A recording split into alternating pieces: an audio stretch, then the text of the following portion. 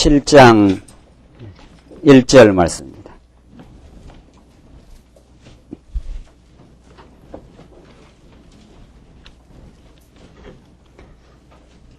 우리 하나님 말씀 신약성경 사도행전 17장 1절 말씀입니다.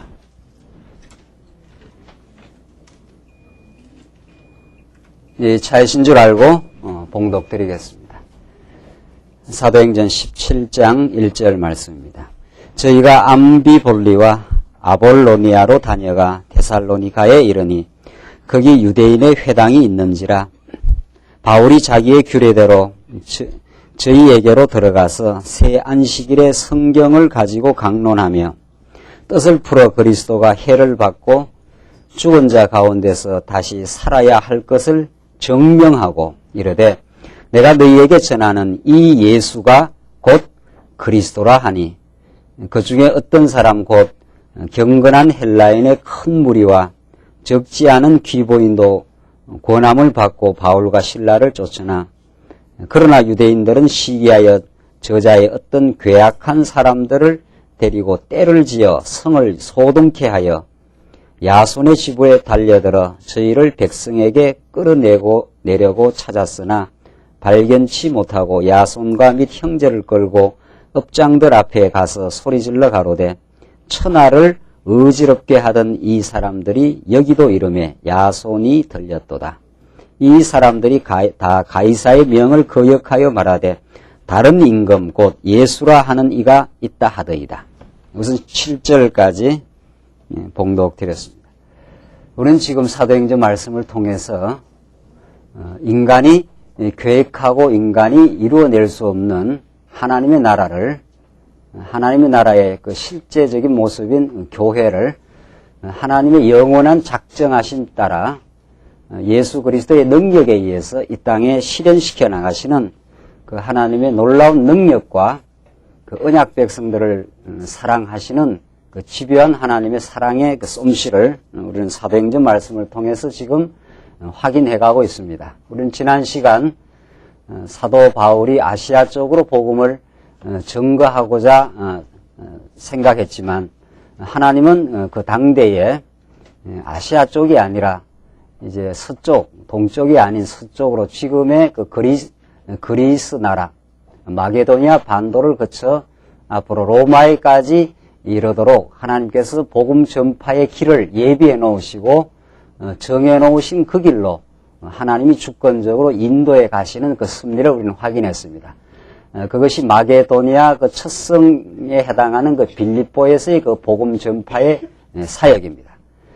빌립보에서도 아무나 복음을 듣는 것이 아니라 하나님께서 그 당대의 말씀을 듣고 믿기로 작정된 루디아라고 하는 한 여자를 하나님께서 만나게 하시고 그에게 마음을 열어 복음을 전파하게 하시는 섭리를 우리는 지난 시간 확인했습니다.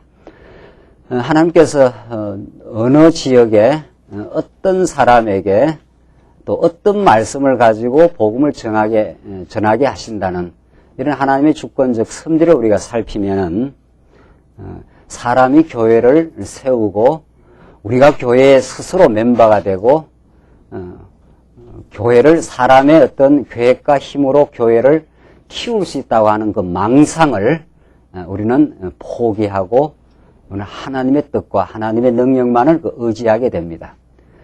사도 바울이 복음을 전파함으로 이 땅 위에 하나님의 나라인 교회가 세워지는데 그 코스와 누구를 만날 것과 어떤 내용을 전할 것을 하나님이 그 예비해 놓으셨다는 것. 이것이 사도행전에서 강력하게 증거하는 하나님의 그 작정 섭리입니다. 그런 작정 섭리가 우리들에게 이루어져서 여러분과 저에게 말씀이 지금 들리고 오늘 이 자리로 인도되고 하나님의 살아계심을 우리는 지금 이 시간 우리는 확인받고 느끼고 있습니다. 그런 복음 전파의 사역에는 언제나 그 도전과 어려움의 역사가 언제나 함께 한다는 것을 우리는 지난 시간 또 우리는 발견할 수 있습니다.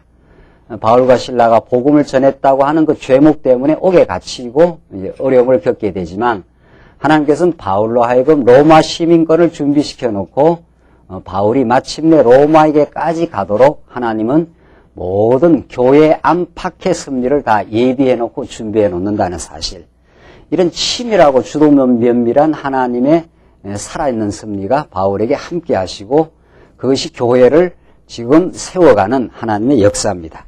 오늘 17장 내용은 이제 빌립보를 지나서 이제 데살로니카. 여러분들 지난 올림픽 우리 할 때 데살로니카 도시 기억나십니까? 지금도 아마 그 도시 이름이 그대로 데살로니카인가 봐요. 그 도시입니다. 이게 2000년 전 이제 그 데살로니카, 우리가 데살로니카 전서 후서라는 그 성경 말씀, 그것이 바울이 이제 세워놓은 교회에 보내는 그 편지들입니다. 그것을 하나님께서 묶어서 하나님의 말씀으로 이제 했는데, 오늘 17장 내용은 이제 빌립보를 지나서 이제 데살로니카라고 하는 그 빌립보 바로 인근에 있는 그 도시입니다. 그곳에 이제 복음을 전파해가는 역사인데, 17장 1절 한번 보십시다. 데살로니카에서 복음을 전하는데, 저희가 암비볼리와 아볼로니아로 다녀가 데살로니카에 이르니, 이거 다 암비볼리, 아볼로니아, 이거 다 하나님께서 예비한 그 도성들이고 이 여정들이 하나님이 정해놓은 길을 지금 가고 있습니다.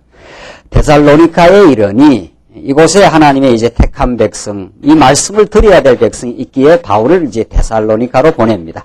거기 유대인의 회당이 있는지라 바울이 자기의 규례대로 저희에게로 들어가서 새 안식일에 성경을 가지고 강론하며, 자 보십시오. 데살로니카에 이르니까 거기 유대인의 회당이 있는지라 이렇게 돼 있어요. 그러니까 하나님께서는 지금 전하는 곳이 어딘가 하면은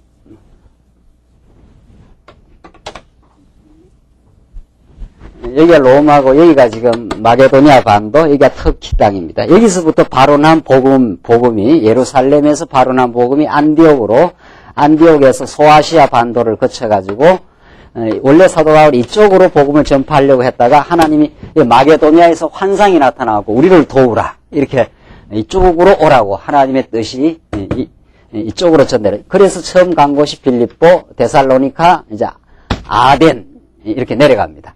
여기가 빌립보, 오늘 여기 데살로니카 지금 이렇게 돼 있어요.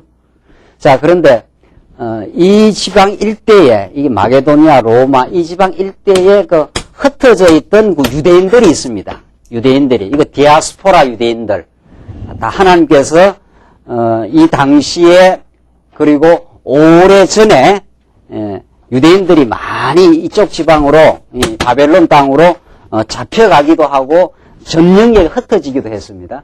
그 흩어진 유대인들은 가는 곳곳마다 유대인의 회당을 세워가지고 그들의 방식으로 구약의 율법을 철두철미하게 지키려고 하는 그 유대인들의 관습이 그대로 있고, 지금도 지금 2000년 동안 유대인들의 유대교라고 하는 그 철두철미한 유대인들의 생활 그 풍습은 지금도 남아 있습니다. 그것이 왜 가능한가 하면 그들은 그 구약의 특히 모세오경, 구약의 율법서를 절대적인 하나님의 말씀으로 받고 그것을 자기들이 지켜야 하는 줄 압니다. 그러니까 기독교하고는 달라요. 우리 기독교 입장에서는 지금 구약 성경을 잘못 곡해한 케이스입니다. 그들 유대교가 사도 바울을 가장 많이 핍박했던 세력인데, 어쨌든 그들은 구약 율법의 모세 율법을 잘못된 방식으로 집착을 하고 그들을 지키려고 하는, 거기에서 이제 변화된 게 이제 탈무드라든가 이런 나름대로 유대인들의 생활의 규칙과 규범을 만들어 갑니다.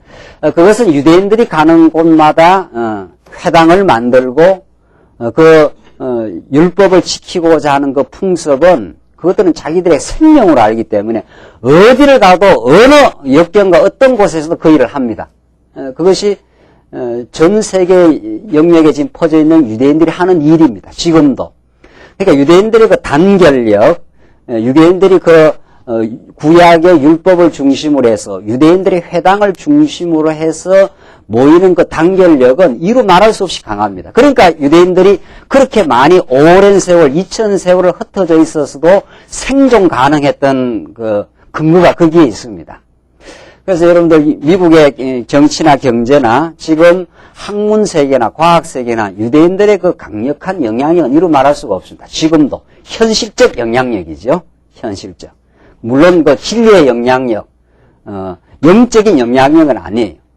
그게 하나님께서 유대인들을 회당을 중심으로 해서 이제 모이게 하고 그렇게 이제 하나님께서 역사를 하신 거죠.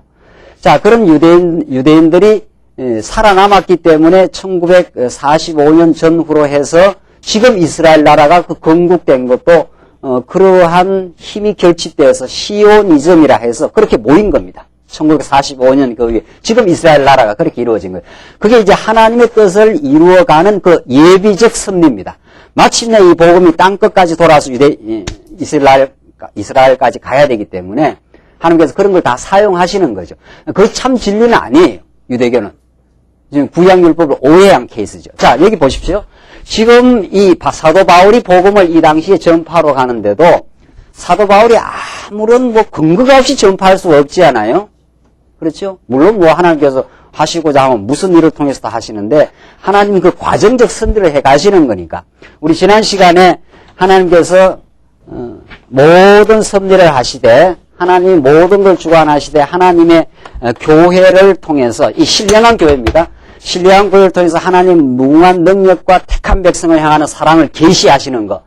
그 하나님의 영광을 드러내는 것. 이게 이제 하나님의 역사 섭리의 목적인데 이 교회를 중심으로 해서 로마도 사용하시고 유대교도 사용하십니다. 우리 지난 시간에는 로마라고 하는 큰 세력을 통해서 예수님은 십자가를 못 박지 않아요? 그 로마가 제국이 있어야 이방인의 손에 넘어가서 예수님이 죽는 역사가 일어날 거 아니냐 말이죠. 그래서 로마를 사용하셔요. 하나님은 그러니까 오늘 여러분과 저 오늘 택한 백성들, 오늘 이 예배당에 모인 이 택한 백성들만 지배하고 통치하시는 분이 아니, 온 지금 우주 만물과 역사의 진행을 한 손에 거머쥐고 모든 걸 지금 섭리하셔요. 로마도 하나님의 손아귀 속에 들어있는 거죠. 하나님의 작정된 언약의 뜻을 이루기 위해서 로마가 필요한 거예요. 그래서 로마를 통해서 예수님의 십자가에 못 박기도 하고 사도 바울이 로마 시민권을 가졌기 때문에 사도 바울을 함부로 죽이질 못합니다. 그 당대의 그 집권자들이. 그래서 바울이 자기가 로마 시민권이 있다는 것을 활용해가지고 로마까지 고소를 해가지고 그 재판을 가이사의 앞에 가서 내가 재판을 받아야 되겠다. 이렇게 해서 로마까지 가게 되는 그 섭리를 하나님이 사용하십니다. 그러니까 복음을 로마를 통해서 교회를 핍박도 하고 로마를 통해서 교회의 복음이 전파되기도 하는 이 양면 역사를 다 역사하는 거죠. 이게 이제 세상 권세입니다. 오늘 우리가 볼 수 있는 내용은 유대교라고 하는 유대인들의 회당을 통해서 복음이 전파됩니다. 그러니까 이 디아스포라, 흩어진 유대인들이 그 당시에 많이 있었는데 이게 소아시아 반도, 마게도냐 반도, 로마까지 유대인들이 가 있지 않는 곳이 없어요. 또 그들은 가 있는 곳곳마다 유대인의 회당을 만들어가지고 자기들 나름대로 뭐를 지금 하고 있는 거예요. 자기들 나름대로 종교를 하나 만든 거예요. 그게 기독교 아니에요. 구약의 율법을 오해한 겁니다. 지금도 유대교가 있다는 거 아니에요? 그 사람들 지금도 뭐 레위기서에서 먹지 마라 하는 거 안 먹고 그럽니다. 그 사람들은. 레위기에서 뭐 발 갈라진 거 뭐 이런 거 있지 않아요? 그 하지 마라 한 거 그대로 지금 자기들은 시킨다고 해요. 그런 유대인들의 회당이 곳곳에 있습니다. 곳곳에. 그 사도행전에 보면은 사도 바울이 그 유대인의 회당을 거점 삼아서 복음을 전파해 나가요. 그러니까 유대인의 회당은 자기들 방식대로 유대교를 지킨다고 그렇게 유대인의 회당을 만들었는데 하나님의 입장에서는 그걸 어떻게 하십니까? 복음을 전파하는 데는 그걸 거점으로 사용해서 사도 바울이 거기 가서 안식일 날 어떻게 해요? 복음을 전파하는 거죠. 그렇죠? 무슨 말인지 아시겠죠? 자, 그러니까 여러분과 제가 오늘 얼마나 잘못된 교회 중심주의, 제가 지금 늘 강조하는 잘못된 교회 중심주의라는 것은 교회 중심주의는 건전한 교회 중심주의는 아주 좋아요. 건전한 교회 중심주의라는 건 우리 삶의 센터가 교회다 이런 뜻이에요. 그리고 그 교회를 통해서 하나님을 배운다 이렇게 돼 있어요. 그게 건전한 교회 중심주의예요. 교회가 우리의 삶의 센터이고 내가 그리스도의 머리 대신 지체이다. 그 지체와 더불어 사는 삶, 이게 우리의 삶 아닙니까? 이 건전한 교회 중심주의는 아주 좋은 건데 그 교회를 통해서 끊임없이 하나님을 배워가는 건데 잘못된 교회 중심주의는 이 교회당 안에다가 신앙생활을 편협되게 가두는 잘못된 교회 중심주의. 그래서 이 세상살이라든가 온 우주 만물의 섭리라든가 역사라든가 여러분과 제가 이 예배당을 떠나서 가정생활을 하고 사회생활을 하고 모든 만나는 사람들 속에서 하나님의 섭리를 보는 안목을 상실합니다. 이 잘못된 교회 중심주의는. 그래서 잘못된 이 교회 지도자들이 성도들을 예배당으로 불러 모아가지고 계속 닥달을 하는 거예요. 그러니까 뭐 집안이고 뭐고 다 필요 없는 거예요. 막 그냥 뺑뺑이를 돌리는 거죠. 막 그냥 예배당 프로그램에다 집어넣어가지고 계속 교회에서 열심히 내라 말이야. 새벽기도 나오고 철야기도 나오는 게 잠잘 시간이 있나요? 그게 낮에 이제 자는 거죠. 뭐 새벽기도 와야 되지, 밤에 가야 되지. 그 언제 자는 거예요? 언제? 이 정상적인 그 신앙생활이 곤란해져요. 정상적인. 그 말씀 운동 오면은 잘 때 푹 주무시고 늦잠 자면 곤란하고 일찍이 주무시고 일찍이 푹 주무시고 그 정상적인 신앙생활을 하라는 거예요. 정상적인 육신의 생활을 하라는 거예요. 그래서 주일날 모여서 말씀을 잘 들으시고 그래 건전한 교제를 나누시고 가정생활도 건전하게 점점 바뀌고 사회생활도 아주 그 하나님 일 속에서 만나는 사람 속에서 하나님의 섭리를 느끼고 그렇게 하라는 거죠. 그렇게 말씀이 가르쳐요. 온 삶의 영역이 빛으로 자꾸 밝아지는 거죠. 자, 하나님께서 로마를 사용할 뿐만 아니라 뭐를 사용해요? 유대교 회당을 사용해요.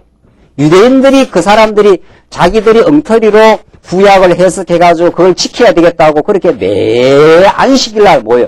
그래서 사도 바울이 그 안식일날 그곳에 가서 복음을 전파해서 유대인의 회당이 복음을 전파하는 뭐가 됩니까? 거점이 되는 거죠. 그렇죠. 하나님이 다 깔아놔요. 이 디아스포라 흩어진 유대인들을 깔아놔요. 지금. 자 보십시오. 지금 우리 말씀 운동이 이제 중국으로도 전파되고 우리 지금 뉴질랜드 장로님도 오셨는데 뉴질랜드도 전파되고 지금 호주로도 지금 전파돼서 지난주에 호주에서 등록도 하시고 지금 뭐 미국에 있는 성도님 일본에서도 전파되지 않아요? 하나님께서 그분들에게는 원래 이 말씀을 듣고 그분에 보낸 게 아니에요. 지금 우리 중국에 가 있는 우리 김 집사님만 하더라도 그분이 처음에 이렇게 말씀을, 물론 이제 말씀을 깨닫고 이제 가긴 갔는데 그 사업차들이 간 거거든요. 사업차. 근데 사업을 10년 넘어 했는데 사업은 안 된다는 거 아니에요. 그렇죠? 그게 참 놀라운 일이죠. 사업을 10년 넘어 했는데 사업은 지금 어제도 전화가 왔어요. 그 사업은 잘 안 된다. 그래서 포기하라 그랬어요. 뭐 사업 안 될 수도 있고 사업이 또 될 수도 있는 거지만 하나님께서 집사님을 거기에 보내놓으신 것은 그곳에서 하나님의 섭리를 배우라고 1차적으로. 한국 땅에서도 하나님의 섭리를 배우지만 중국에 직접 가 있으면 중국 땅이 얼마나 피폐하고 영적으로 어두워져 있고 거의 경제 발전을 한다고 예를 쓰지만 그건 어디까지나 세속적인 가치일 뿐이고 그곳에 하나님의 복음이 얼마나 필요한 곳인가를 온몸으로 깨닫고 복음에 감격하라고 그렇게 미리 보내놓으신 거예요. 그게 거점이에요. 그게 복음이 전파되는 거점이에요. 그러니까 하나님께서 지금 조선족을 이미 일제시대라고 하는 하나님께서 핍박을 통해서 36년 일본이 아주 간악하게 우리를 핍박했지 않았어요? 지금도 독도가 자기들 땅이라 그래. 참, 이 엉터리 같은 친구들 말이죠. 예. 그 일제 그 아주 36년 동안의 그 핍박을 통해서 우리 조선족도, 우리 참 동포들이 먹질 못하고 살질 못하니까 어디로 도망을 쳐갔습니까? 그게 만주 땅, 북간도로, 지금, 동북 삼성이라고 하는 중국, 지금 우리, 조선족들이 많이 살고 있는 그쪽으로 이렇게 피신해 간 거예요. 혹시 이 땅에서 살 수가 없으니까. 하나님 그 조선족들을 준비시키고, 지금 중국에서 우리 황 집사님이 계시는 그 천진 땅에 그 조선족들이 먹고 살기 위해서 중국 각지로 지금 퍼져나오고 있어요. 그 천진 지방 이런 데로 먹고 살기 위해서 그 사람들이 중국은 지금 먹는 게 지금 문제니까. 그래서 지난번에 가보니까 그게 조선족들이 다 지금 먹고 살기 위해서 그 동북 삼성 저 북간도 쪽에서 중국 전면적으로 지금 퍼져나간다는 거 아니에요? 가는 곳곳마다. 그 사람들이 지금 복음을 접해요. 그 사람들이 지금. 자, 그러니까 지금 하나님께서 모든 걸 정말 섭리하시고 정말 그 일제시대의 고통을 주시고 정말 살 수 없어서 피신해 간 그것이 하나님의 택한 백성에게는 이 말씀을 들을 수 있는 그 복된 섭리였다는 것을 누가 예측하고 누가 알 수 있겠느냐는 거예요. 하나님은 그렇게 모든 걸 준비하고 섭리하십니다. 여러분과 제가 이 예배당 밖에서 만나는 사람들과 사업과 모든 일들이 다 심상치 않는 거예요. 다 하나님이 우리를 하나님을 배우게 하고 복음을 전파하는 거점으로 하나님께서 사용하시는 것들이. 그 감각이죠. 오늘 이 말씀 속에 들어오는 거죠. 그러니까 1절 다시 보십시오. 데살로니가에 이르니 거기 유대인의 회당이 있는지라. 이 하나님이 딱 준비시켜 놓은 유대인의 회당이에요. 바울이 자기의 규례대로 저희에게로 들어가서 새 안식일에 성경을 가지고 강론하며, 그 바울은 거침이 없는 거예요. 그들은 안식일날 모였는데 그냥 안식일날 그 안식일을 사용하는 거지요. 유대인의 장소도 사용하고 안식일이라고 하는 그 사람들 엉터리 아니에요? 지금 바울은 이제 안식일 지키는 게 아니에요. 바울은 이미 예수를 믿고는 날마다 안식이죠. 날마다. 우리 예수 믿는 사람은, 그러니까 오늘 여러분들 안식일 지키러 오신 거 아니잖아요. 그렇죠? 근데 지금도 한국교회는 오늘이 무슨 날이래요? 지금이 안식일이래. 지금이. 그럼 오늘이 안식이면 6일로만 만나면 고생하는 날인가요? 그게 아니에요. 사실은. 우리는 일주일 내내 하나님의 인도를 받고 신령한 안식을 우리가 맛보고 영원한 안식을 우리가 사모하며 삽니다. 우리가. 그게 안식일의 진정한 의미예요. 그렇죠? 이 땅에 고난도 많고 환난도 많기 때문에 정말 신령한 안식을 말씀에서 깨닫고 영원한 안식을 우리가 바라보며 사는 게 진정한 안식일의 의미예요. 그러나 지금 유대주의자들은 그 안식일을, 날짜 안식일을 지금 지키고 있는데 바울이 그걸 활용해서 복음을 전파하는 거예요. 그래야 그 사람들이 안식일날 모이니까 뭐 사람이 모여야 복음을 전할 거 아니에요? 그래서 하나님은 이 흩어져 있는 유대인들, 이 당대에 이렇게 흩어져 있는 유대인들을 이미 하나님이 깔아놓았고 그것을 거점 삼아서 지금 복음을 전파해요. 자, 새 안식일에 성경을 가지고 강론하며 뜻을 풀어 그리스도와 해를 받고 죽은 자 가운데서 다시 살아야 할 것을 뭐라고 했습니까? 그 다음 한번 보시죠. 정령하고 그랬어요. 자, 이게 복음을 강론한 거예요. 자, 우리가 지금 성경을 강론한다 그러잖아요. 성경을 강론한다. 이 참 좋은 말이에요. 풀어서 그 논리를 풀어 가르쳐 준다. 이런 말이거든요. 강론. 그 오늘 한국교회 강론 설교가 사라져 버렸어요. 전부 제목 설교. 제목이라는 거 뭐 사랑 이렇게 하나 정해놓고 1, 2, 3 이렇게 해서 이거 짜 맞추는 설교죠. 두드려 맞추는 설교. 첫째, 둘째, 셋째. 제목을 하나 정해놓고 성경 여기저기를 끼워 맞춰가고 그걸 하니까 소 뒷다리에다가 뭐 닭다리를 하나 갖다 붙이고 뭐 이런 설교가 되는 거예요. 그림이 이상한 그림이 나오는 거예요. 성경이 흘러가는 그 그림을 그대로 따라가야 온전한 복음의 그림이 이루어지는데 이런 식이라는 거죠. 근데 성경은 강론한다 이렇게 되어 있어요. 그렇죠? 여러분들 그 성경에 새 안식일에 성경을 가지고 뭐라 했습니까? 강론하며 그 다음에 뭐라고 했습니까? 뜻을 뭐라고 했습니까? 풀어야 이렇게 되어 있어요. 성경의 뜻이 무엇인가를 풀어줘야 돼. 이게 성경 해석이에요. 이게 설교예요. 풀어. 그 내용이 뭔가 하면 그리스도가 뭐라고 했습니까? 해를 받고 죽은 자 가운데서 다시 살아야 할 것을 그 다음에 뭐라고 했습니까? 예, 예수 그리스도가 죽으시고 다시 살아날 것을 증명하고. 이때 성경은 무슨 성경입니까? 이때 성경은 신약 성경이 없지요. 아직은 계시가 완결되지 않을 때니까 이 사도 바울이 있을 때는 이 구약 성경, 구약 성경을 강론하는데 구약을 가지고 뭐를 증거하느냐 말이죠. 예수 그리스도가 죽으시고 해 받으시고 고난 받으시고 죽으시고 어떻게 다시 살아야 할 것을 뭐 했다 그래요? 증명했다 그래요. 이게 진리 증거예요. 증명은 증거를 들이대 가지고 밝힌다 이런 뜻이에요. 그렇죠? 증명이라는 건 증거를 가지고 밝혀주면은 그러면 믿어져요. 이게 이제 진리 증거입니다. 이게 진리 증거예요. 이게 이제 복음 전파예요. 진리를 증거한다는 것은 성경을 가지고 그리스도가 죽으시고 살아나야 될 것을 증거를 가지고 입증해 주는 거예요. 그러니까 증명이 되면 우리가 믿어져요. 아, 그렇구나. 이렇게 믿어져요. 그러니까 우리 말씀 운동이 가르치는 이 진리 증거. 그러니까 진리와 이 믿음은 믿을 만한 것이다 하는 것은 너무도 밀착되어 있습니다. 진리스럽다 하는 것은 이 말이 참 진리스럽다 하는 것은 믿을 만하다 그런 뜻이에요. 진리스럽지 않는 건 믿어질 수가 없어요. 그러면 진리는 어떻게 진리가 전파되는가? 어떻게 그 증명되는가? 이게 참 중요한 말인데, 우리는 어떤 것을 그 진리스럽다 하느냐 말이에요. 성경이 하나님의 말씀이고, 그것이 참 진리로서 믿어진다. 이렇게 했을 때는, 어떤 조건이 충족되면 우리는 어떤 조건이 충족되어야 진리스럽다 하느냐 이 말이죠. 하나님께서 우리 인간에게 이성을 주시고, 성령께서 우리를 이성을, 물론 처음에는 타락한 이성이에요.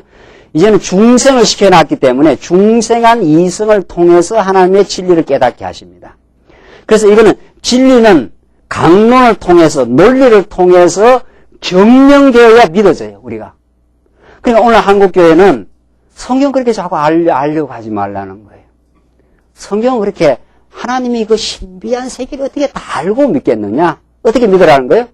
그냥 툭 대놓고 그냥 믿으라는 거예요. 무조건 믿으라는 거예요. 뭐 알고 믿는 게 아니라는 거예요. 자꾸 알면 머리가 커져가지고 비판 능력이나 생기고 신앙생활이 안 된다는 거예요. 그게 아니에요. 절대로.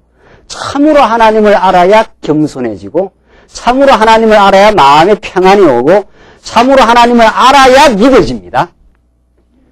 이게 이 진리스러워야 이 믿어져요. 그럼 진리가 어떤 것이 진리고, 성경에서 지금 사도 바울이 성경을 강론하는데 그리스도를 그 증명했다는 말이 무슨 뜻이냐 이 말이죠. 구약 성경이 쭉 사도 바울이 있었잖아요. 이걸 어떻게 가르쳐야 이것이 진리로서 증명되느냐 이 말이죠. 구약 성경이 있는데, 그 진리의 첫 조건이 뭡니까? 그것이 일관성이에요. 앞뒤가 맞아야 돼요. 우리가 어떤 사람의 말을 자꾸 이렇게 신뢰가 가는 건 그 사람이 어떻게 말을 해야 그 신뢰가 갑니까? 앞에서는 말하고, 어떻게 해요? 뒤에서는 말하고, 어떻게 해요? 같아야 믿어져요. 그게 모든 인간이 가지고 있는 보편적인 진리에 대한 열망입니다. 앞뒤가 같을 것, 이렇게 돼 있어요. 앞에 말한 거하고 뒤에 말한 게 똑 일치할 것, 이 말이에요. 이게 일관성이에요. 그러니까, 지금 오늘날 하나님이 역사의 주관자입니다. 이렇게 가르치죠. 그걸 말하는 그 강단은 없죠. 하나님이 역사의 주관자라 이렇게 말해놓고 뒤에 가면 뭐라 그래요?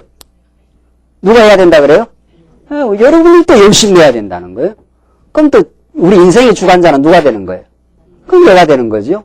그 앞에서는 하나님이 다 하신고 주관하신다 했으면 뒤에 가도, 앞에서 그렇게 말했으면 뒤에 가도 하나님이 우리를 감동시키고 진리로 깨닫게 해서 전날의 옛사람을 벗어버리게 하고 새사람을 입어서 거룩한 삶을 살아가도록 하나님이 하십니다. 이래야 되죠. 우리 생활도. 하나님 주관자시니까. 그래야 앞뒤가 맞아요, 안 맞아요? 그래야 일관성이 있지 않아요? 그래야 이게 쫙 모순 없이 우리가 깨달아집니다. 그래야 믿어져요. 그게 그 증명되는 거예요. 이게 증명돼야 이제 믿음이 옵니다. 야, 그렇구나. 하나님 주관자시구나. 하나님 역사를 주관하실 뿐 아니라 우리의 삶과 우리의 마음도 하나님 주관하셔서 인도해 가시는구나. 하나님이 주관자이기 때문에 우리가 때로는 죄악 가운데 가두어 놓으면 어떻게 됩니까? 죄악 가운데 가두어 놓으면은 우리가 또 몸부림치지요. 우리가 하나님을 깨닫게 하고 교육할 때 하나님께서 어두운 가운데 가두기도 하신다는 거 아니에요. 그 가두는 게 최종 목적은 아니에요.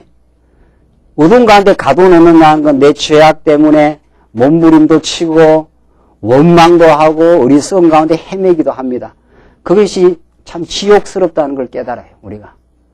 하나님을 떠나서 내가 주인으로 착각하면서 어둠의 권세에 끌려다니는 삶이 참 괴롭다는 걸 우리는 압니다. 그걸 체득하고 깨닫게 해요. 그 속에서 하나님을 찾고자 하는 갈망이 생겨납니다. 불택자는 어둠 속에서 아주 어둠으로 가버리고, 택한 백성은 기가 막힐 웅덩이와 수렁에 하나님께서 가두어 두시면은 아주 그곳에서 어둠으로 가는 게 아니라 그곳에서 빛을 갈망하게 돼 있어요. 이게 하나님의 섭리예요. 이게 택한 백성에 주신 하나님의 은총이라 그래요. 하나님이 우리를 어두운 가운데 가두어 두신 것은 어둠에서 아주 살아버리라는 게 아니에요. 시편 40편 읽었죠? 하나님께서 내가 여호와를 기다리고 기다렸더니 그 반복용법, 히브리의 반복용법은 아주 간절한 걸 표현해요. 내가 여호와를 기다렸더니 내 음성을 들으시고, 주께서 내 음성을 들으시고 내 기가 막힐 웅덩이와 수렁에서 나를 건지셨도다. 하나님께서 가두는 이유예요. 우리를 알고 갈급하게 하려고, 영원한 것을 사모하게 하려고, 이것이 참 행복이 아님을 깨닫게 하려고. 그래서 하나님 우리를 잠시 가두어요. 그게 하나님이 주권자예요. 우리를 가두기도 하시고, 어떻게 해요? 그 가둠 속에서 우리는 간절히 빛을 찾아요. 하나님이 아니면 나는 헤어날 수가 없습니다. 하나님 빛을 내게 비추어 주시고 하나님의 뜻을 내게 가르쳐 달라고 그 어둠 속에서 우리는 갈망을 가지게 돼요. 그걸 우리는 복이라고 해요. 예, 그 몸부림 속에서 애통하게 돼요. 우리는 어렵고 힘든 속에서 눈물과 슬픔이 있지 않아요? 그 애통하게 돼요. 그게 복이에요.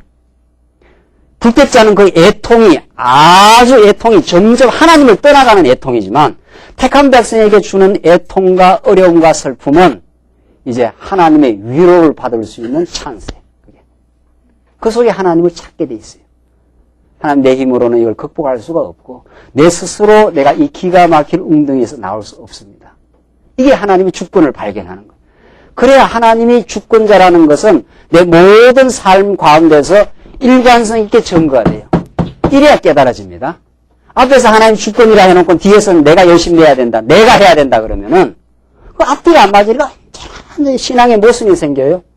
뭐 좀 믿으려고 했다가 또 나오면 또 내가 해야 되고 그 모순과 충돌이 생기기 때문에 진리스럽지를 않습니다. 그러니까 안 믿어져요. 그게 하나님이 잘 안 믿어지는 거예요. 그렇게 믿으면 그렇게 진리를 깨닫기 때문에 전폭적으로 안 믿어집니다. 내 전부를 지배해 오시고 나의 지난날의 공고와 형통 전부를 지배해 오신 그 주권자 하나님이 안 믿어져요. 그러니까 내 잘한 건 자기가 잘했고 못한 건 이제 조상 탓하거나 남 탓하고 그럽니다. 그 하나님을 깨닫지 못하면 그렇게 돼 있어요. 그만큼 진리가 진리스럽게 전거돼야 되는데 그 첫째 조건이 일관성이에요. 그러니까 성경은 창세기부터 계시록까지 하나로 완벽하게 일관된 논리를 가지고 있어요. 이거 우리가 지금 배우고 있지 않아요? 사도행전 지금 우리 1장부터 17장까지 배우면서 예수님이 하신 약속이 그대로 지금 이루어진다. 너무도 일관되게. 하나님께서 베드로를 변화시키고 사도 바울을 변화시키고 가는 곳곳마다 정해진 곳으로 복음을 이루어 가시는 그 하나님의 언약 성취의 역사가 사도행전에 아주 일관되게 나와 있어요. 그래서 하나님이 교회를 설립하신다. 하나님이 이 거룩한 하나님의 나라를 지금 이루어가고 계시고 지금도 현대판 20세기 사도행전이 지금 이루어지고 있는 거죠. 여러분과 저에게 지금. 이 거룩한 나라의 부르심, 하나님 나라로 지금 불러서 우리를 지금 오늘 이 자리에 있게 하셨어요. 그게 너무도 일관돼요. 그 일관성 없는 진리는 진리가 아니에요. 일관되게 증명을 해줘야 맞다 이렇게 돼요. 아 그렇구나 이렇게 돼요. 그래야지 믿어져요. 하나님이 정말 주관자이십니다. 두 번째는 자 일관성만을 강조하면은 사람도 일관성을 만들 수 있어요. 이 철학에서 관념론자들이라든가 이런 사람들은 세상 전부를 어떤 이데아라고 하는 플라톤식으로 말하면 이데아라고 하는 어떤 하나의 관념을 만들어 놓고 그걸로 세상 전체를 일관되게 설명할 수 있어요. 이 가짜들이 말이죠. 세상을 칼 막스라는 사람이 이 세상 전체를 일관되게 이렇게 설명하는 틀을 하나 만들었어요. 이게 일관된 어떤 논리를 허구적으로는 만들 수 있어요. 허구적으로는. 하나님이 주신 이 이성이 있으니까 허구적으로 어떤 일관된 세상과 인생을 설명하는 일관된 어떤 모종의 논리를 만들 수 있어요. 그러나 그 일관된 논리가 역사에서 증명이 안 돼요. 사실로 입증이 안 됩니다. 사실로. 칼 막스의 경제 이론이 아주 그럴듯하고 그 자체로 일관된 논리를 갖고 있는 것 같아도 역사의 실제에서 입증이 안 되지 않았어요? 안 되죠. 우리가 열심히 일하고 필요에 따라서 나눠 먹자. 이 공산주의의 그 이상이에요. 그 칼 막스 책을 보면은 그래서 그 사람들이 너무도 그 이상향을 꿈꾸고 있습니다. 서로 갈등하고 경쟁하지 말고 열심히 내가 일할 만큼 일하고 필요한 것만 가지고 쓰자. 그러면 얼마나 평화로운 이 나라가 이루어지겠느냐는 거죠. 그런 이상향을 논리적인 일관되게 그렇게 논리를 만들었어요. 그러나 그것이 사실에서 안 이루어져요. 그런 사회는 이루어진 복이 없어요. 열심히 일하고 나서 필요한 만 가져가면, 필요한 만 가져갑니까? 내가 열심히 한 100만큼 일을 했어요. 그러면 필요한 건 한 50만 가져가도 충분히 먹어요. 그럼 50만 가져가느냐 말이에요. 50 안 가져가요. 50 아니라 막 100 일한 것도 더 가져가지요. 그러니까 안 되는 거예요. 그 공산사회가 이루어질 수 없어요. 그러니까 다 태만한 거죠. 그 자본주의는 네가 일한 만큼 네가 다 가져가라. 그러니까 옛날에 그 직장에서 아이고 내가 생각 안 나네. 열심히 죽으라고 일한 만큼 가져가는 거 그건 뭐라 그럽니까? 돈 내기라 그럽니까? 뭐 하는 거 있잖아요. 예? 저녁에 하는 거, 저녁에 더 야근인데 그 야근이라고 하는 그건 아주 좋은 말이고, 열심히 일한 만큼 가져가라고 하면 죽으라고 일하고 가져갑니다. 예. 그러니까 공산주의 이론은 안 이루어져요. 실제에서 입증이 안 돼요. 사실로 입증이 안 돼요. 그러니까 일관성이 있는지 모르는데 일관성만 있어서 안 돼요. 진리가 진리로서 입증이 되려면 일관성만 있어서 안 되고 사실 근거가 따라 붙어야 돼요. 이게 일관성 있는 논리만 일관성이니까 실제로 그게 이루어졌다. 이래야 이 이론과 사실이 대응하기 때문에 딱 맞아떨어지기 때문에 믿을 만하다. 이렇게 되는 거죠. 그 말만 잘하는 사람 있잖아요. 말만 잘하는 사람이 있어요. 김 목사 같은 사람. 네. 그런지도 몰라요. 네. 말은 잘하는데 이 사실에 뭐 입증이 안 된다. 그러면 이게 괴리가 생기는 거죠. 네. 괴리가. 정말 하나님께서 주관하신다면 실제 마음속에 그렇게 믿고 마음의 평화를 누리고 우리가 그렇게 지금 깨달아가고 있잖아요. 그 사실에서 입증이 돼요. 그 사실에서 입증이 되는 건 정말 하나님께서 주시는 믿음의 분량 따라서 돼갑니다. 지금. 돼가요. 정말 하나님이 역사의 주관자라 그러니까 실제 내 마음속에서도 그렇구나. 하나님이 주관자시구나. 하나님과 전날에 많이 염려하고 걱정을 많이 했었는데 이제는 전에보다 훨씬 염려 걱정이 사라져요. 그 사실로 내 마음에 몸에 부닥치는 체득되는 진리로 입증돼 갑니다. 그게 사실 근거예요. 그러니까 예수님이 십자가에서 부활하신다고 구약 성경에 많이 약속이 되어 있는데 실제 사건에서 입증이 됐어요. 그게 예수님의 그걸 십자가 사건이 역사적 사실로서 증거를 가지고 밝혀준 거예요. 그게 증명한 사건이에요. 자, 그러면 예수님, 우리는 여러분들과 저는 예수님 부활을 실제 역사로 봤습니까? 안 봤습니까? 그건 못 봤지요. 성경을 통해서 우리가 지금 깨닫고 있지 않아요? 그런데 예수님의 부활 사건은 2000년 전 역사적 사실일 뿐만 아니라 그 진리의 힘은 여러분과 저에게 내 심령 속에서 역사적 사실로 증명됩니다. 부활의 진리를 우리가 깨달으면은 죽음에서 우리가 해방받기 때문에 전날의 어두운 생각으로부터 빛된 생각으로 바뀌어요. 이게 부활의 역사적 진리가 여러분과 저의 삶 속에서 확인하고 증명되는 사건이에요. 지금. 여러분과 제가 지금 진리의 말씀을 자꾸 들으면은 예수님이 죽고 살은 거 우리는 보지는 못했는데 그렇게 예수님께서 보고 믿느냐? 보지 못하고 믿는 것이 더 복되도다. 이러면서 이 성경의 진리가 실제로는 2000전에 역사적 사실로 드러났어요. 그러나 지금 우리는 지금 그 사실을 2000전에 볼 수는 없지요. 그러나 그 성령의 감동을 통해서 우리가 이것이 진리라고 깨달아지면서 그 부활의 사건이 여러분과 저의 마음 속에 지금 다시 입증됩니다. 그것이 우리가 새 사람을 입고가는 거죠. 지금 전날에 염려하고 걱정하고 미워하고 갈등하고 하던 삶이 지금 훨씬 전날보다도 감사하고 훨씬 전보다도 마음에 화해가 생기고 미워하던 성도가 훨씬 덜 미워지고 이게 부활 진리가 내 안에서 역사한다는 구체적인 증명이에요. 그러니까 우리는 그 증명을 통해서 하나님이 살아계심을 어떻게 해요? 믿어져요. 그러니까 진리하여 믿어져요. 그러니까 진리는 두 가지 조건이 뭐라고요? 아주 일관성이에요. 아주 앞뒤가 딱 맞아야 돼요. 그리고 그 일관성이 사실에서 입증이 돼가요. 이게 성령께서 지금 사도행전 말씀이라면은 땅끝까지 복음이 전파된다 이렇게 했는데 이것이 실제로 전파돼 가는 거예요. 어디까지? 여기서 발언한 복음이 소아시아 땅을 지나서 마게도니아 땅을 지나서 로마를 지나서 어디로? 영국을 지나서 한 바퀴 돌아가지고 어디로 지나서? 미국을 지나서 지금 한반도 땅을 지나서 지금 어디로 가고 있습니까? 중국으로. 이게 지금 사실 입증이에요. 땅끝까지 하나님 복음을 전파한다는 게 차근차근 그 복음이 전파되어 가고 있어요. 이게 하나님이 살아계시다는 게 분명한 거예요, 우리는.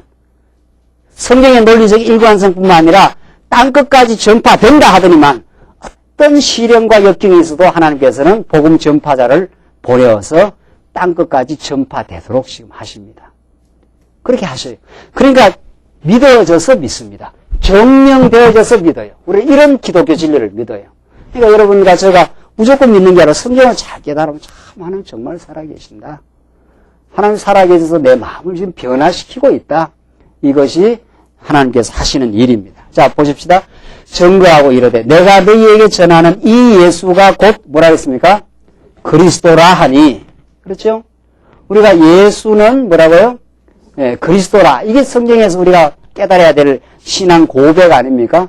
구약 성경을 들어가지고 예수가 진정한 우리의 참 선지자요. 그가 우리의 죄를 다 사하신 제사장이요. 그가 우리를 진정으로 다스리는 왕이시다. 그렇게 믿는 거죠. 그 예수를 그는 그렇게 믿어요. 점점. 그러니까 마음에 평안이 찾아오는 거죠.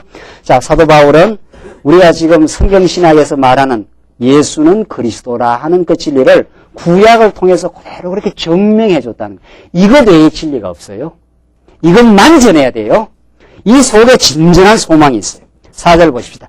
그 중에 어떤 사람 곧 경건한 헬라인의 큰 무리와 적지 않은 귀부인도 권함을 받고 바울과 신라를 쫓으나 그러나 유대인들은 시기하여 저자의 어떤 괴악한 사람들을 데리고 때를 지어 성을 소동케 하여 야손의 집에 달려들어, 야손이라는 사람 이름입니다. 달려들어 저희를 백성에게 끌어내고자 찾았으나 발견치 못하며 야손과 및 형제를 끌고 업장들 앞에 가서 소리질러 가로되 천하를 어지럽게 하던 이 사람들이 여기도 이러매. 이 표현이 재밌지 않아요? 예. 복음을 전하는 자를 뭐라 그래요? 천하를 어떻게 해요? 어지럽게 한다는 거예요. 그러니까 복음이 전하는 곳에 사실은 하나님께서 평화를 전하러 왔다는 말도 되고 또 내가 뭐를 던지러 왔다고 그러기도 해요. 검을 던지러 왔다고 해요. 그러니까 사실은 복음이 전파되는 곳에 거짓 평화를 누리는 사람들이 거짓 평화를 폭로시킵니다. 세속주의에 사로잡혀서 그것이 진정한 가치라고 생각하는 그 가치를 교란시켜요, 사실은. 아, 이게 아니구나. 이걸 깨닫게 해요. 그러니까 진리가 전파되는 곳에 비진리의 도전이 오게 돼 있고 그것을 어지럽힌다, 그렇게 생각하는 거예요. 그게 사실은 비진리를 폭로하고 진리의 길로, 바른 질서의 길로 인도를 하는데 저쪽 비진리 입장에서는 그 자기의 비진리가 폭로가 되니까 비진리성이 드러나니까 이쪽이 오히려 자기들 잘 살고 있는 자기들을 지금 비진리라고 폭로를 시키니까 어지럽힌다 이렇게 하는 거죠. 사실상 어지럽힌 게 아니고 비진리에 있는 영혼들을 질서의 세계로 바른 하나님과의 관계 앞으로 지금 인도해 가는 거죠. 자, 그러니까 데살로니카에도 동일하게 복음이 전파되어서 많은 사람들이 바울을 따르고 진리를 따르기도 했지만은 또 유대인들이 계속 도전의 역사가 있는 거죠. 17절을 봅시다. 야손이 들렸도다. 야손이 들렸다. 표현이 이상한데, 이 번역상. 야손이 그 사람들을 받아들였다 해서 지금 야손을 핍박을 하는 겁니다. 이 사람들이 다 가이사의 명을 거역하여 말하되 다른 임금 곧 예수라 하는 이가 있다 하더이다 하니 무리와 업장들이 이 말을 듣고 소동하여 야손과 그 나머지 사람에게 보를 받고 놓으니라. 담보입니다. 그러니까 그 담보를 받고 이제 놓아줬다. 그러니까 가이사의 명을 거역하고 다른 임금, 그 예수라 하는 이를 이 사람들이 따른다. 그 임금이 지금 둘이 생겼으니까 이 사람들이 로마 제국을 지금 반역하는 사람들이다. 이런 식으로 무고하는 거죠. 중상모략을 해서 지금 사도 바울과 신라를 지금 핍박을 가합니다. 10절을 보십시다. 밤에 형제들이 곧 바울과 신라를 베레아로 보내니 저희가 이르러 유대인의 회당에 들어가니라. 또 나오죠? 베레아에도 어디로 들어갑니까? 유대인의 회당으로 들어가요. 가는 곳마다 유대인의 회당을 하나님께서 미리 준비시켜 놓고 그곳에 이제 복음을 전합니다. 자, 그러니까 여기가 빌립보, 그 다음에 데살로니카, 조금 밑에 베리아, 이게 마게도니아 반도 전 영역을 지금 하나님께서 움직이게 하면서 복음을 지금 전파하는 사건인데 11절 보십시다. 베레아 사람은 데살로니카에 있는 사람보다 더 신사적이어서 간절한 마음으로 말씀을 받고 이것이 그러한가 하여 날마다 성경을 상고함으로 그 중에 믿는 사람이 많고 또 헬라의 귀부인과 남자가 적지 아니하나. 자, 보십시오. 유명한 이 성경 규절 아닙니까? 베레아 사람은 데살로니카 사람보다 어떻게 해요? 더 신사적이어서. 정말 신사적으로 믿는 그 신앙이 어떤 거냐? 엉터리로 믿는, 비신사적으로 믿는, 우력 다짐으로 기독교를 가르쳐 주는 것이 아니라 참 신사적으로 믿는 신앙이 무엇인가? 그 두 가지 조건이 나와요. 더 신사적이어서 그 신사적인 신앙이 어떤 건가? 그 성격이 나와요. 처음에는 간절한 말씀으로 어떻게 해요? 말씀을 받고. 하나님께서 참 우리에게 진리를 그 소망하는 이 간절한 마음을 주시는 거. 이게 우리들에게 참 그 복입니다. 그 어떤 상태에서 우리가 간절한 마음이 생깁니까? 제가 보니까 시편 40편 맞죠? 한번 보십시다. 시편 40편 1절. 내가 여호와를 기다리고 기다렸더니 귀를 기울이사 나의 부르짖음을 들으셨도다. 나를 기가 막힐 웅덩이와 수렁에서 끌어올리시고 내 발을 반석 위에 두사 내 걸음을 경고케 하셨도다. 하나님이 우리로 하여금 말씀을 간절한 마음으로 말씀을 받을 수 있던 바탕을 형성하십니다. 그러니까 목마른 사슴이 시냇물을 찾지 않으면 안 되는 그 타는 목마름을 주셔요. 그게 우리 택한 백성에는 얼마나 큰 복이고 진정한 하나님이 함께 하심이고 큰 사랑인지 모릅니다. 하나님께서 기가 막힐 웅덩이와 수렁에다가 하나님이 넣어 놓아요. 하나님이 요셉을 오랜 세월 시련을 주고 마침내는 옥중에까지 집어넣어 놔요. 그 긴긴 연단과 시련의 세월이 그 세월이 자꾸 압축되면서 어디로 폭발하느냐 하면은 하나님에게로 나아가고자 하는, 하나님의 말씀을 듣지 않으면 안 되겠다고 하는 그 간절한 마음으로 나아가요. 이게 하나님이 사랑하시는 복이에요. 이 시편, 이 40편이 우리들에게 그걸 너무도 잘 가르쳐줘요. 내가 여호와를 기다리고 기다렸더니, 그 어디서 그렇게 기다립니까? 어디서 기다려요? 네, 기가 막힐 웅덩이와 수렁에서 기다립니다. 그 하나님이 그 기다림의 시간을 줘요. 여러분과 저는 너무도, 여러분과 저를 포함한 이 현대인들은 너무도 편리한 걸 너무도 좋아해요. 고생을 싫어해요. 그러나 하나님께서 진리의 말씀을 간절하게 받게 하는 영혼에게는 기가 막히는 웅덩이와 수렁에서의 그 기다림의 시간을 허락합니다. 그걸 하나님이 허락해요. 그 속에서 안타까워하고 그 속에서 하늘로부터의 구원의 밧줄이 내려오기를 바라고 내 힘으로는 벗어날 수 없다는 걸 간절히 깨닫고 그러면서 말씀을 소망하게 됩니다. 하나님께서 이제 베레아 성도들에게 사도 바울이 가서 복음을 힘있게 전했겠죠. 그 복음을 힘있게 전해서만 복음이 스파크를 일으키는 게 아닙니다. 저는 그걸 너무도 많이 경험을 해요. 하나님께서 여러분들에게 이 복음을 간절히 들을 수 있는 마음의 옥토를 만들어 놔요. 이게 하나님이 하시는 일입니다. 이게 이제 신사적인 하나님의 기독교 신앙이에요. 이걸 누가 만들겠느냐 말이죠. 이걸. 이 말씀을 사모하고 말씀을 참으로 놓을 수 없다고 간절히 소망하는 성도는 그 뒤안길을 보면은 반드시 남이 알지 못하는 눈물의 골짜기를 거쳐 나갑니다. 때로는 외롭기도 하고 때로는 아무에게도 고백할 수 없는 심각한 범죄 때문에 헤매어 보기도 하고 마음의 상처를 안고 부둥켜 고통스러워해 보기도 하고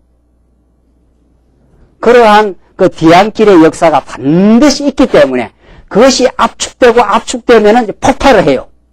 그게 말씀 앞으로 그렇게 폭발을 해요.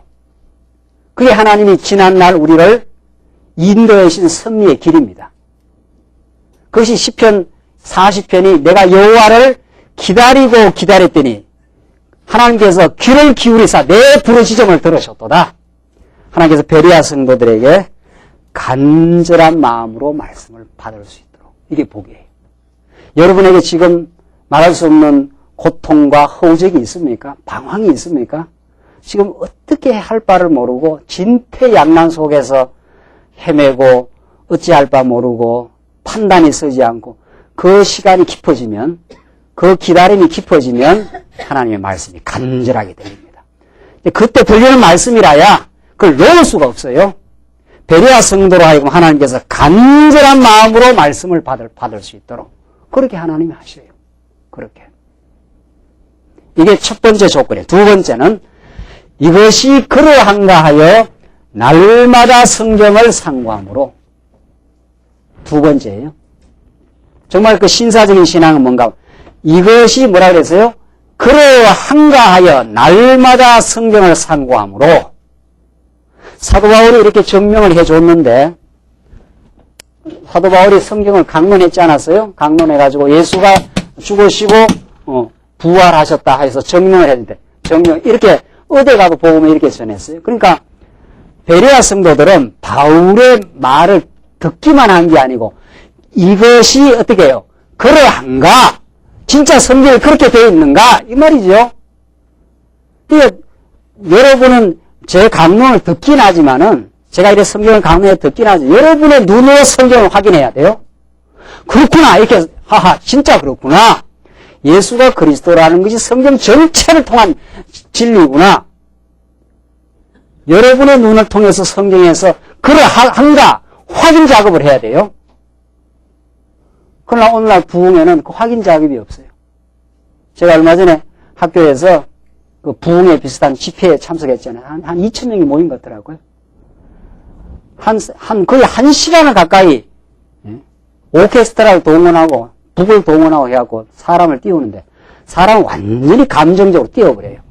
완전히 감정을 혹사하고 머리를 쓰고 분별하고 깨닫는 작업을 안 해요. 그래서 뒤에 나와서 설교를 하는데 이게 너무 사람이 감정이 고조가 되어 있기 때문에 1시간 내내 그 찬양과 경배인지 뭔지 말이죠. 그렇게 사람을 띄워놨기 때문에 깔아앉을 수가 없어요. 깔아앉아. 여러분과 저는 진리의 말씀으로 잘 정말 간절한 마음으로 말씀을 받고 이 성경의 말씀이 하나님의 살아계심을 증명하는가를 그러한가를 살피고 그것이 믿어지고 하나님의 사랑이 확정되면서 감정이 살아납니다. 그게 감사로 살아나요. 그러니까 이성적인 작업을 통해서 점점 그렇구나. 하나님 살아계시고 이렇게 나를 사랑하시는구나. 한 번 언약한 백성은 절대로 버리지 않는구나. 이게 점점 깨달아지면서 이제 감정이 살아나요. 그러니까 그 순서가 그렇게 되어 있어요. 그게 지성과 감성과 의지 결단이 자연스러운 순서를 따라서 나가요. 그게 인격적 작업이에요. 하나님께서. 그래야 그 인격이 아주 밸런스가 잡혀요. 잘 말씀을 받고 이제 모든 걸 하나님 긍정적으로 해석을 하기 시작하고 지난날 힘들었던 일, 괴로웠던 일, 후회스러웠던 일들이 하나님의 선한 뜻이었다고 믿어지니까 잔잔한 감동과 감사와 그 해석을 통한 평화가 찾아와요.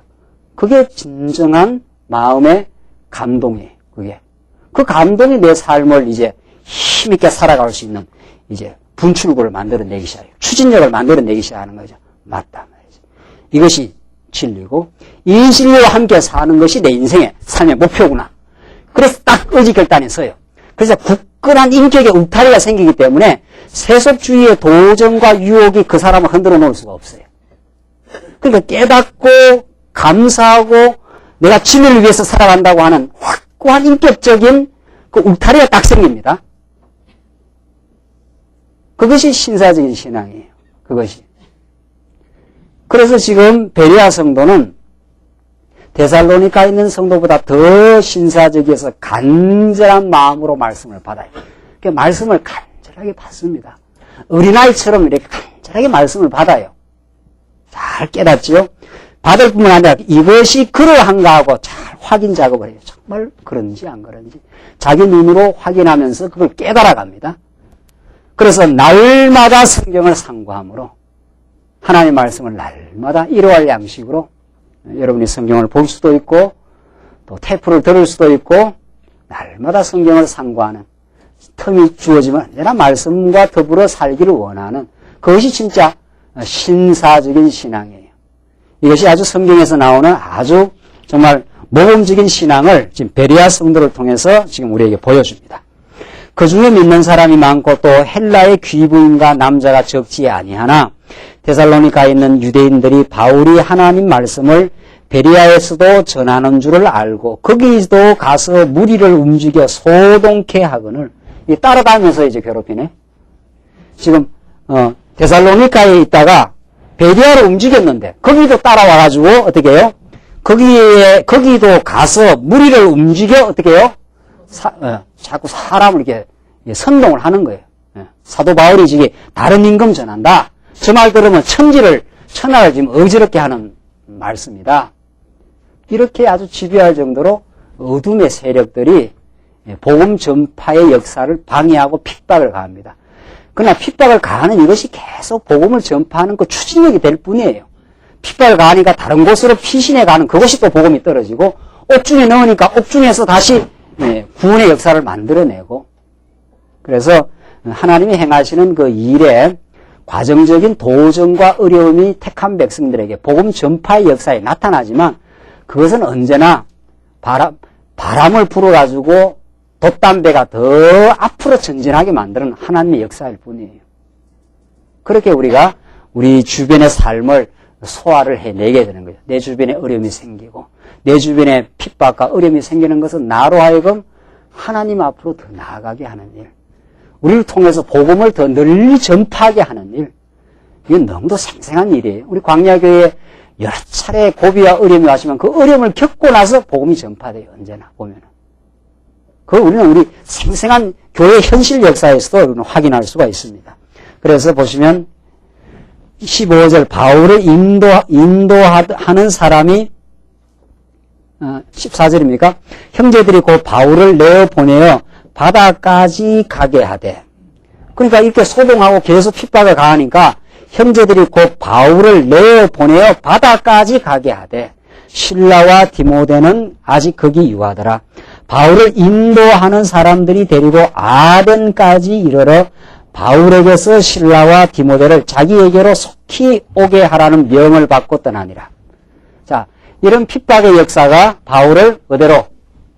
이 아덴, 이게 헬라 반도의 아주 중심 도시입니다. 이게 아테네 아닙니까? 여기가 헬라 문명이 그 발원했던 곳이. 그러니까 하나님께서 핍박을 가하니까 또 다른 곳으로. 데살로니가에서 베레아에서 핍박이 또 나니까 형제들이 바울을 아덴이라는 도시로 또 보내가지고 거기서 아테네, 요즘에 아테네입니다. 아테네에서 복음을 본격적으로 전하는 역사. 이것이 하나님께서 사도 바울을 땅끝까지 복음을 전파하게 하는 하나님의 역사입니다. 자, 이런 역사를 우리가 보면 하나님이 하나님의 교회를 당신의 주권적으로 세우시되 핍박과 환난과 소동케 하는 역사가 일어나도 그것이 복음의 전파를 가로막을 수가 없다.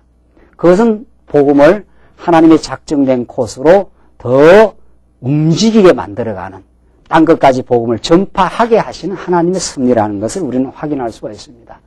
우리 삶 속에서 어떤 역경과 시련이 닥쳐와도 그것이 하나님 앞으로 더욱 간절하게 나아가게 하시는 하나님의 섭리일 뿐 아니라 어려움이 오면 그것이 우리 주변에 이제 복음의 씨앗을 널리 퍼져나가게 하시는 하나님의 섭리라는 것이 사도행전에서 확인받을 수 있는 그 진리의 메시지입니다. 기도하십시다.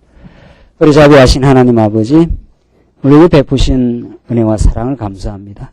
하나님께서 초대교회의 복음을 전파하게 하시되 주변의 모든 역사를 준비시켜 놓고 사도 바울에게 복음을 깨닫게 하셔서 가는 곳곳마다 핍박과 도전의 역사를 만나지만 하나님의 살아계신 역사를 바울과 함께하여 땅끝까지 하나님의 복음을, 거룩한 진리를 전파하는 역사를 확인했습니다. 우리에게도 이 놀라운 진리가 전파되고 하나님의 역사를 우리가 오늘 삶 속에서 목도할 수 있게 하시면 너무도 감사합니다. 이 말씀 의지하고 우리의 남은 생애를 진리 안에서 소망 가지고 살게 하시옵소서. 예수님 이름으로 기도하옵나이다. 아멘.